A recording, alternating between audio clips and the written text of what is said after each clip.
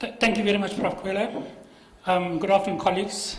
So as Prof says, I'm standing between you and home or flights, but I'm also standing after the students who I think were very inspirational. So I've been sandwiched between something inspirational and something that you're looking forward to. Quite a difficult one. I hope this is not too sterile. And for some people, I can recognize quite a few faces here. It is a bit of a repetition because you've been in a number of forums where we've spoken about the same thing. But I think there's a sufficient weight of people that probably haven't heard much of the detail, and it might be of benefit.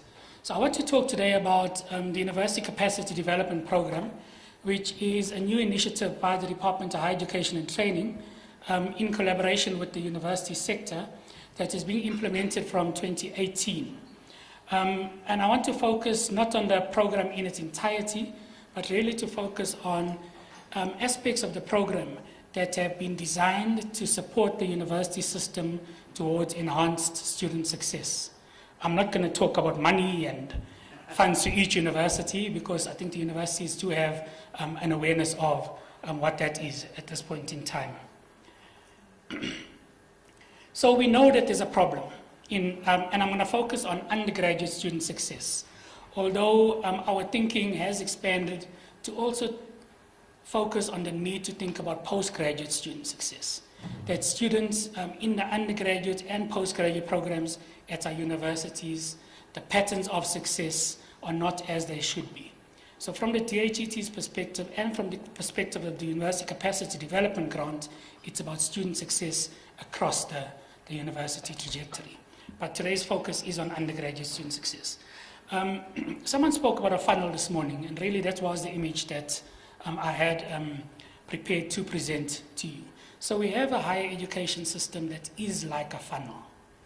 That in terms of the numbers of students that qualify and want to get into the system, we don't have a system that's of sufficient size to enable access for all. So right at the entry point, we have a big barrier, insufficient capacity in the higher education system. Complicated by insufficient capacity in the post-school education and training system as a whole, because there aren't many viable opportunities beyond universities and some colleges in the country.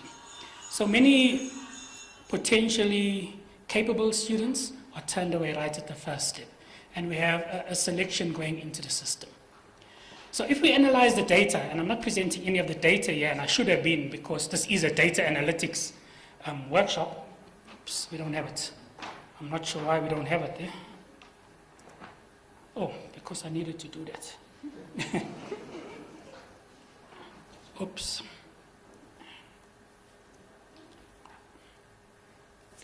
Okay, so we have this kind of funnel system. But if we look at the funnel, it's unnecessarily elongated. So for a 3-year program, our students are taking 6 years, or 7 years, or 8 years. For a 4-year program, we're taking 9 years or 10 years. So instead of regulation time progression through programs, the progression time is much longer.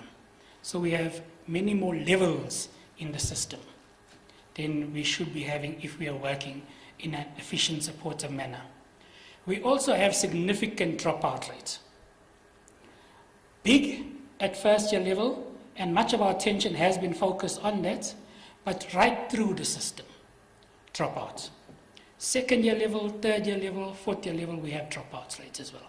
And we are encouraging universities through the UCDP to increasingly engage with the other levels as well, and to understand what are the different issues that might be impacting on dropout in the other levels that could be attended to as we progress. Those arrows are all blue, but they actually have colors to them. Right? We are reluctant to talk about race issues in South Africa, but those arrows actually should be black in reality, because the larger number of dropouts in our system are black African students and colored students. So how do we respond to that reality? The net effect is that at the end of that silo or funnel, very few of who entered in are making it through. So our data shows that we have about a 50% throughput rate. We lose 50% of the entrants who come into the system through the pathways. Right? And that's really the big challenge that we have. So we have an inefficient, we have a wasteful system, and we have a system that's still reproducing inequality. And that's not talking about the issues of quality. And I was happy to hear the graduate, the student talking about issues of employment, issues of entrepreneurship, and issues of what contribution do our graduates need to make to the development of our society. So it's not just about those graduate numbers at the end of the day. Now, our research and the research that you are all collectively doing shows that there are multiple causes to this.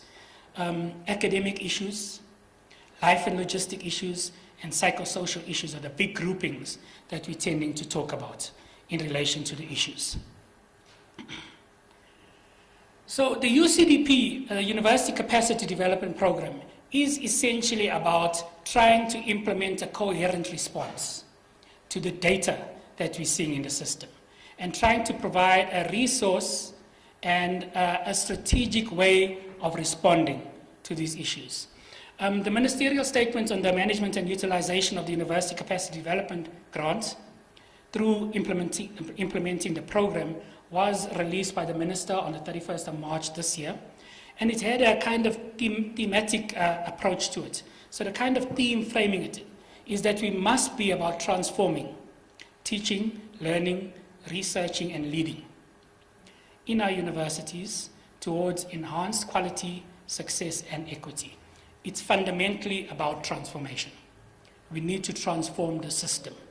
And student success is an important element of that. So if I had to try and unpack the... I'll keep on doing this. If I had to try and unpack the view of transformation that the UCDP is trying to promote, it's saying that we must recognize that universities are situated in a context, that they don't operate in isolation to their context. And these contexts range from the local to the global, and they have to be responsive to the range of contexts. Right? So situated universities operating in a context and not ivory towers operating in and for themselves. That if we talk about transformation, it's about inequality, but it's also about quality. And that these two are not necessarily in tension with each other. We don't have to sacrifice on quality to attend to inequality. We can do both together, and we have to do both together. So that's really the approach that we have to promote. So we still see patterns of inequality in the system in relation to race, in relation to class, in relation to gender, disability, patriarchy, culture, language, knowledge, reflected in institutional cultures at institutions that have been raised sharply by the students in the Fees Must Fall protests and other forums. It's about addressing those issues. We need to have quality in relation to teaching and learning, in relation to the curriculum, in relation to research and engagement, and in relation to leadership, management, and governance at the institutions. All of these have to work in tandem with each other. Ultimately, it's about people. It's people who can transform. We can put systems in place. We can put ICT capacity in place. We can build fantastic laboratories. But if we can't transform with the people in the institutions, then institutions can't be transformed. So the University Capacity Development Grant and the University Capacity Development Program primarily is about working with people and capacity development for people in institutions.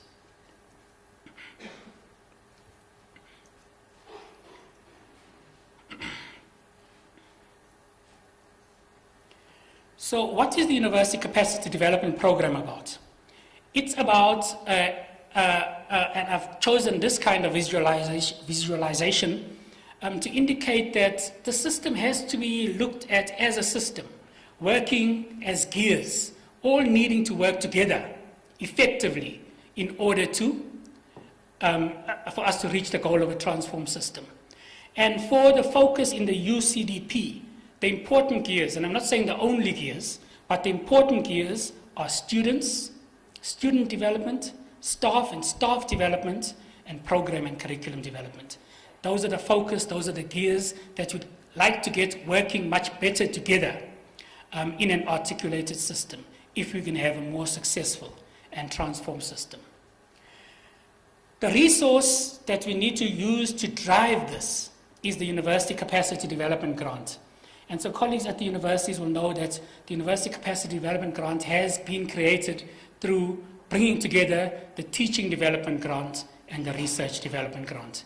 But we want to emphasize that this can only be a contribution to the work that needs to be done. And it's big work that needs to be done. So there's a 900 million rand contribution to the work annually. It can't be the only contribution. So we have to agitate at our universities. We have to convince management at our universities that there must also be resources at the university level that are allocated to driving the transformation agenda, driving the development agenda, and driving the success agenda. We are also thinking that the other contributions that come from philanthropies, that come from other interested government departments, that come from international countries, should really start to be aligned to the bigger processes that are trying to be pushed in the country. So that if we have alignment, we have a greater chance of having a bigger impact and a greater chance of being successful in the long run. So I think we have lots of resources coming in. We have lots of arrows being shot at the target of student success, but probably often at cross purposes. And so how do we create the alignment between the range of resources that are available? I think we also need to emphasize that the resource that the state can put in is catalytic. It's meant to enable piloting. It's meant to enable innovation. You've got the data. It's pointing to patterns. You're getting ideas about what the strategies are that you could put in place to address it. You need to test those, and the resource is there to test it. The testing must show the efficacy of the intervention. It must also show and make a business case. And I think that's where we are lacking. Because we are, I think, across the system, are increasingly being able to show if we have tutoring programs, student success is improving. If we have adequate funding for students, student success is improving. If there are good mentorship programs, student success is improving. But we are not making the business case to say, how is the university as a whole benefiting as a result of this increased success? And how can the benefits that are accruing be returned to grow that investment? So the business case has to follow, in addition to us showing the academic and other forms of improvement. Okay, I want to just run through the three main elements. So, and Francois did point to this picture earlier on. That we have to think about what goes before and what comes after. We can't just think about what's happening at the university in relation to student success. We have to understand where our students are coming from, what they're coming with, without positioning students negatively. We have to understand the society that they're going into, the industry and the workplace that they're going into, because all of those issues impact on what we need to do in terms of student success in the university. Student success is not just about graduates, it's about graduates with attributes that are socially and personally valuable. And that is Prof. Grayson and the CHE's definition, which I think is a really valuable one. It's not just about the numbers. We are proposing that, and in line with the thinking that has come to the fore in the country, this is not rocket science and it's not new. And it's not a DHET invention, by the way. It's really just a summary of what we see in the system and collecting it into a coherent whole. And we must thank the Kresge Foundation and DREAM, the experiences we had at DREAM, for kind of informing the processes that have led to the development of this kind of approach. So data analytics has to be a non-negotiable across all the universities. We have to develop strong data analytic capacity in order to inform strategy. We have to understand issues of success in order to improve success. So to build strong data analytic capacity across all the universities, not just the 7 involved in Siyaphumelela. Right? And the capacity that's being developed in the 7 involved in Siyaphumelela needs to start being shared across the system so that all 26 universities in South Africa benefit. We think that data analytic capacity is that enabler that enables us to look forward and look backward, and enables us to gather the information that can inform. So in addition to enable us to look what's happening inside our institutions, to enable us to look forward and to look backward. Huh?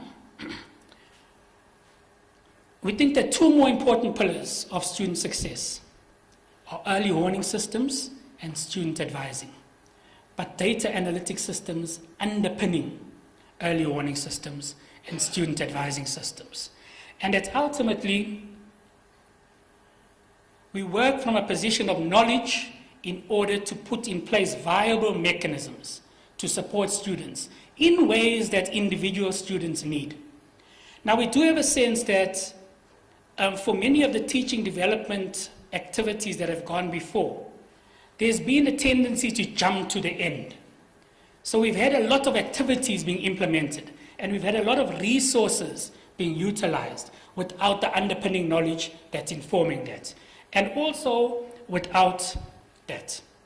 So we don't have enough evaluation of what we're doing in order that the feedback loop is created back into our data in order to make decisions about viable strategies.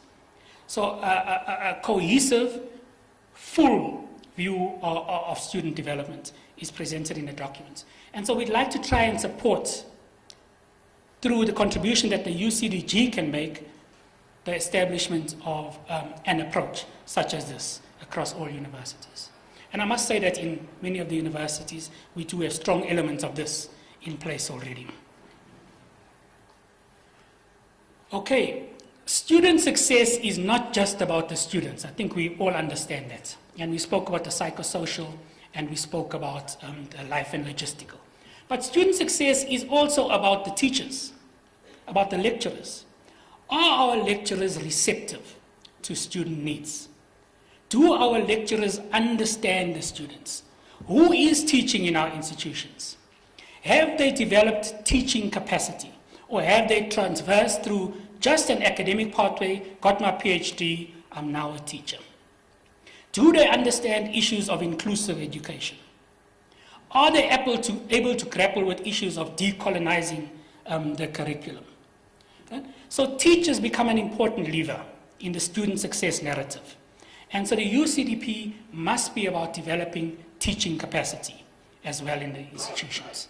From the senior undergraduate level, where we're starting to identify the new generation of academics, right up to senior academic management and leadership, who need to make key decisions about resources that are being allocated to teaching and learning.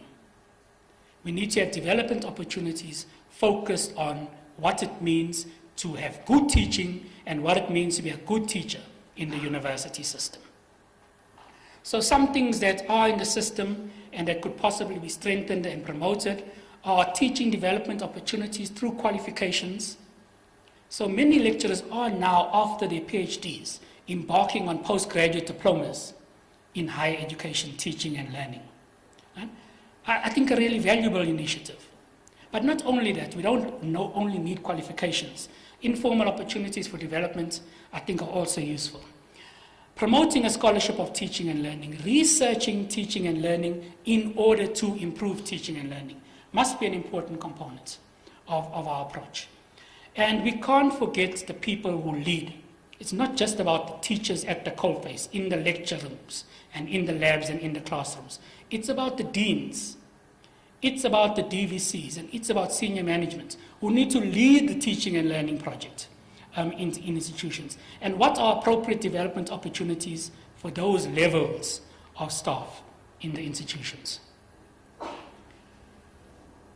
Okay, the third element is really about curriculum. So curriculum is also an important element for student success.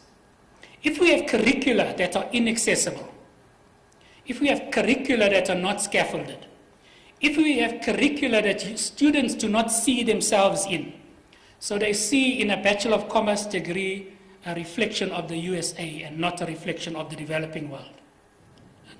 If they see in the teachers a reflection of a particular kind of teacher and can't see themselves embodied in the teachers, we have an issue.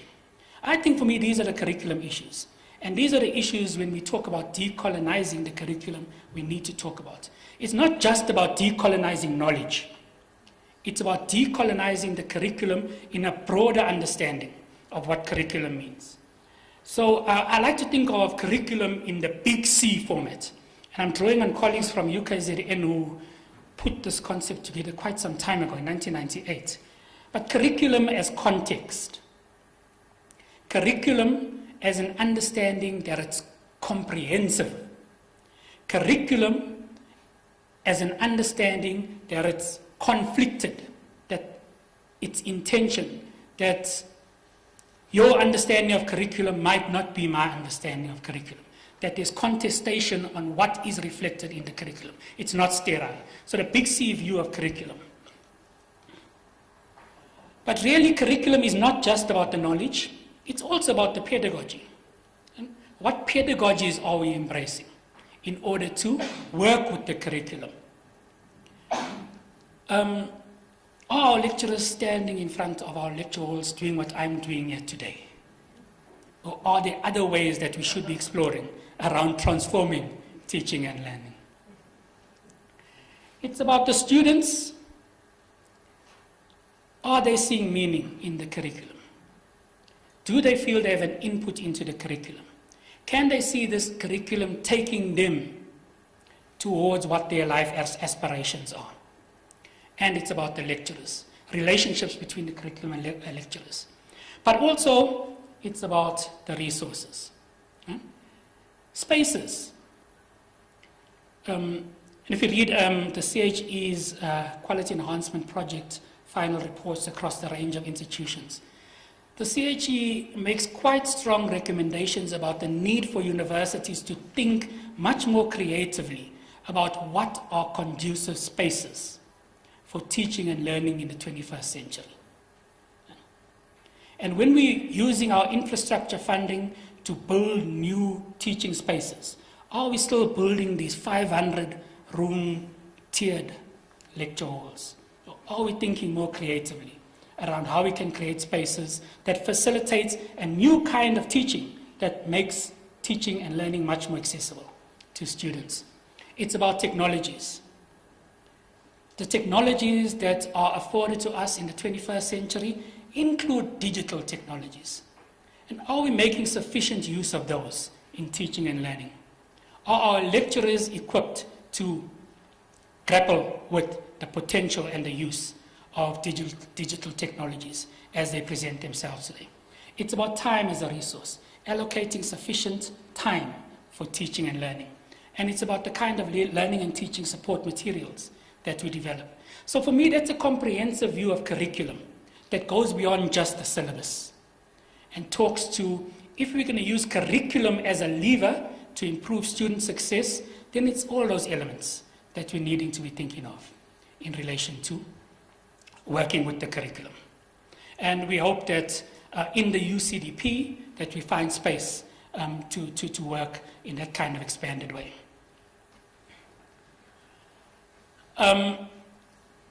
The UCDP, and we've received strong criticism from some quarters around this, but also strong support. And I think it relates to different institutions and ways of working. But one of the drivers in creating the University Capacity Development Program was to enable integration of student development, staff development, program and curriculum development. And we'd like universities to think in this way, So how do these intersect in order to enhance student success? How do they come together in order to enhance student success? And could we put together coherent projects that work at the intersection of student success, staff development, and curriculum development? So an example, Maths 101 is presenting as a significant barrier, high risk, failure, 80% failure, dropout. Right? If we had to look at Maths 101 as a key area of intervention in the institution, rather than just looking at, so what support do the students need in order to make Maths 101 easier to do, let's put them through additional tutor programs, could we look at it holistically? And could we look at, okay, so here are the student support things we can do, here are the curriculum things we can do, let's look at that Maths 101 curriculum. Let's understand what the topics are in that curriculum that are difficult. Let's understand, is this curriculum sufficiently scaffolded from the time students start with it to the time students end with it, so that there's progression in development. Are the staff teaching Maths 101 sufficiently developed to make maths accessible to the cohort of students that they have in their classrooms? So looking at all of those aspects coherently together in order to address the Maths 101 problem would be an example of an integrated project that one could look at in relation to the UCDP. Okay, the last aspect that I did want to address today then is what the UCDP also offers is the chance of collaboration. So not just collaboration inside the institution, so collaboration across program development, across student development, across teaching development, across research development and teaching development, which is presenting issues, but also collaboration across universities. So how can we create collaborative projects that are national projects and there are system projects that can help us to move the system? And so to provide a resource that enables to do that. So the possibility exists for collaborative projects that respond to national needs rather than an individual university's needs, that are strategic importance to the university system, that are aligned to the focus areas of student development, staff development, program development, but that, I think crucially, must have the potential to lever additional resources that may be available in the system towards addressing the issue. Right? And so what we're trying to do through this aspect is to position the UCDP as an umbrella framework under which partnerships to improve South African university education can be established. Right? And we're sourcing a whole range of partners with a number of donors, a number of philanthropies. So every time someone comes into the Department of Higher Education and Training and says, how can we assist? We pull them into the ambit of the UCDP and find a niche under which we can do that. Yeah. So we think that if we do this, we start to align efforts, we minimize duplication, we ensure resources start to get spread across the system rather than the 9 or 10 usual suspects, and I have to be frank in saying that. Every time specific donors come into the country, specific universities benefit, and we need to try and change it if we're going to change our system as a whole. We want to improve participation, equitable benefit, and maximize impact through the UCDP. So I'm saying some controversial things here, but I think it's the platform to say it.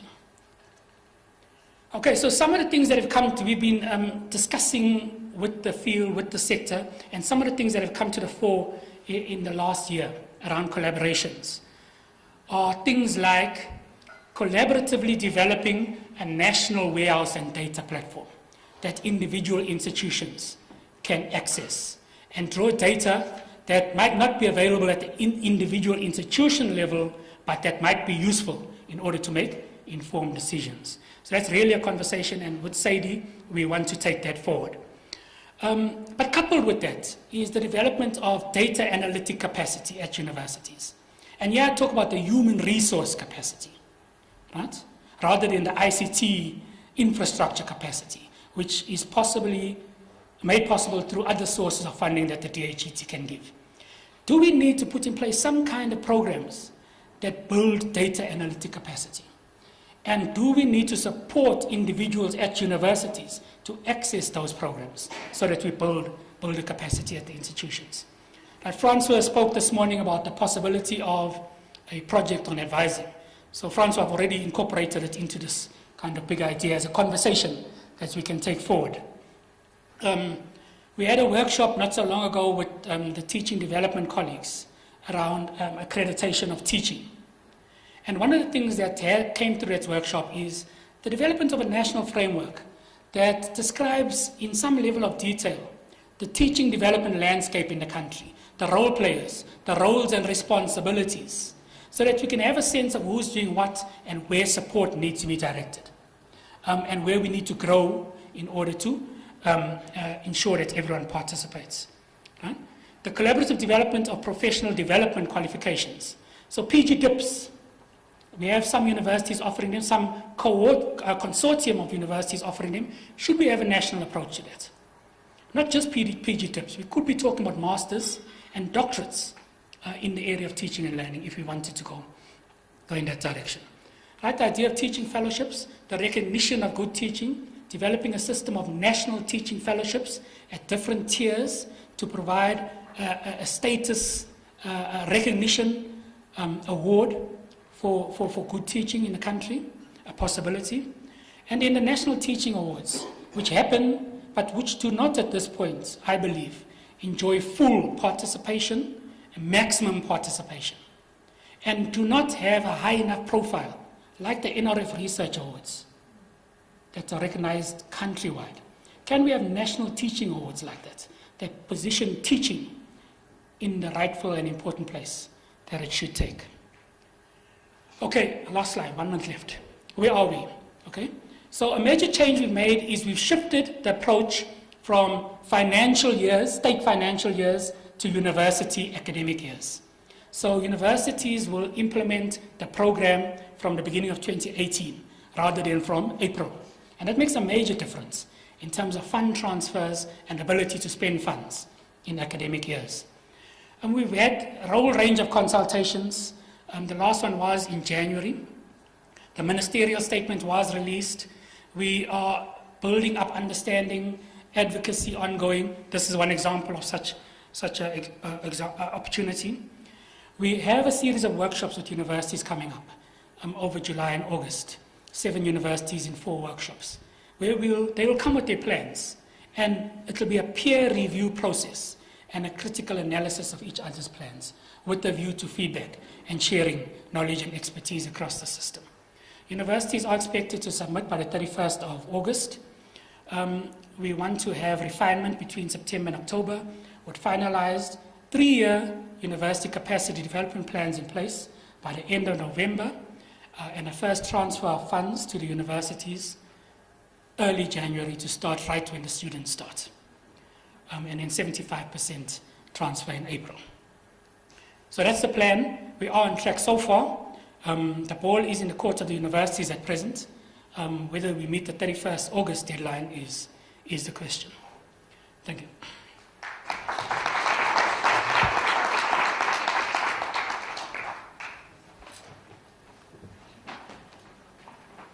Colleagues, another round of applause for Dr. Whitfield. Aren't you lucky? I don't think there are many countries that can boast such a directed and focused support from national government for university education, especially teaching and learning. As much as we moan about a lot of things, oh gosh, sorry. I'm just saying, this is what we should actually acknowledge as a country. I don't think there are many countries that can boast such a focused and directed support in terms of teaching and learning in higher education. I think this is commendable, and I'm hoping that as universities, we will take the baton and run with it. Now it's time for questions. We've got about 4 minutes for questions for Dr. Green.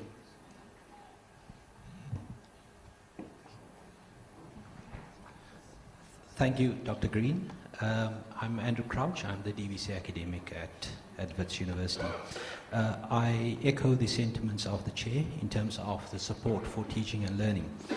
But I'd like you to comment on the context of the UCT-DP grant, which I guess is in the region of around 900 million for all universities in the country. That grant in the context of the general university funding, because you said it's a catalyst, so it's not meant to solve all the problems. But I'd like your comment in terms of this grant with respect to the general university funding, because universities have faced massification in terms of student numbers. There wasn't a commensurate increase in staff numbers. It affected the staff-student ratios, which had an impact on teaching and learning. And some of the knock-on effects we in fact see today. So come 3 years from now, we have the introduction of the UCT-DP. What are the expectations? Thank you.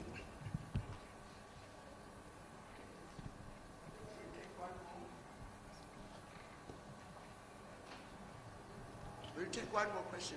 I'm not seeing a hand. Okay, there's one up here.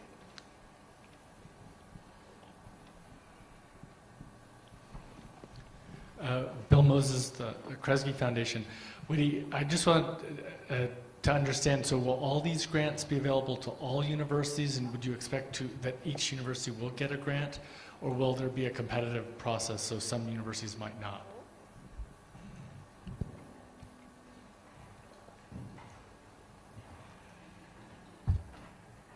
Thanks very much. I'll answer Prof. Kraut's question first, and I think it is a really relevant one and a difficult one.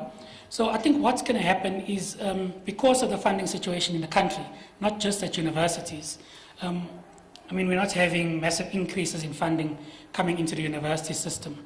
We hope to see what the Commission is going to say, and we hope for positive news, but we do know about the competing imperatives in the country, including the imperative to strengthen the TVET sector.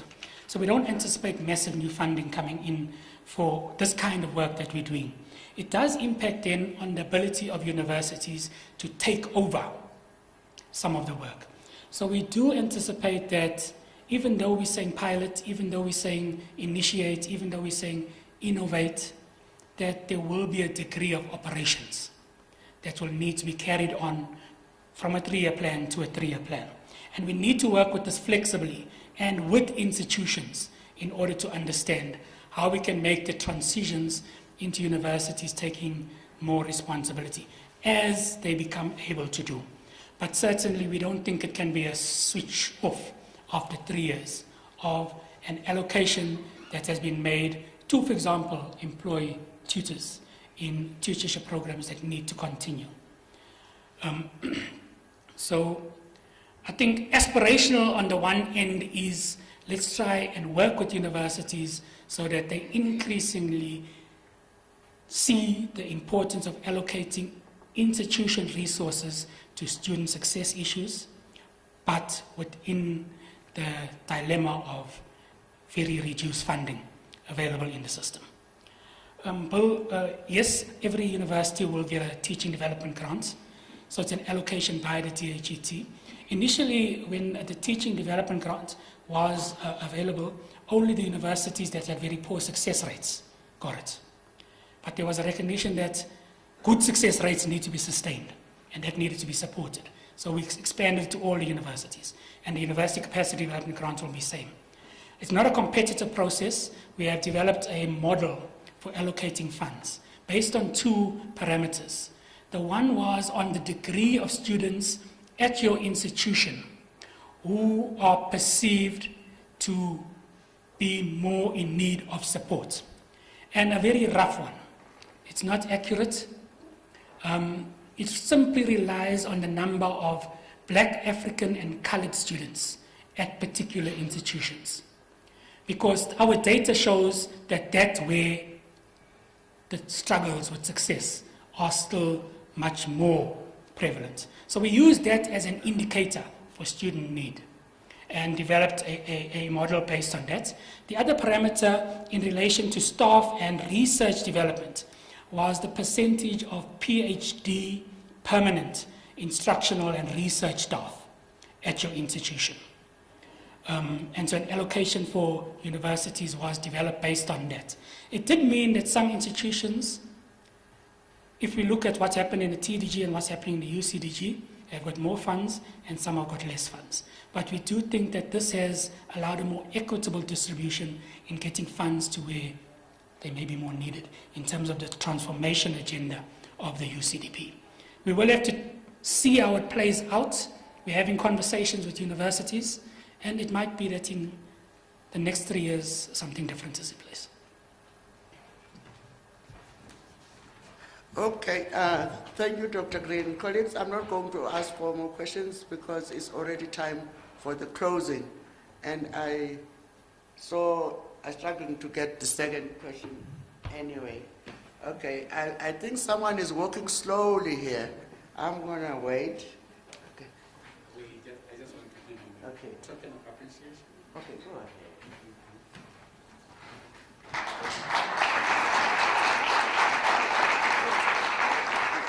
I hope it's not something that I have to declare. No. This is South Africa. You declare everything. Okay, thank you very much. Bye.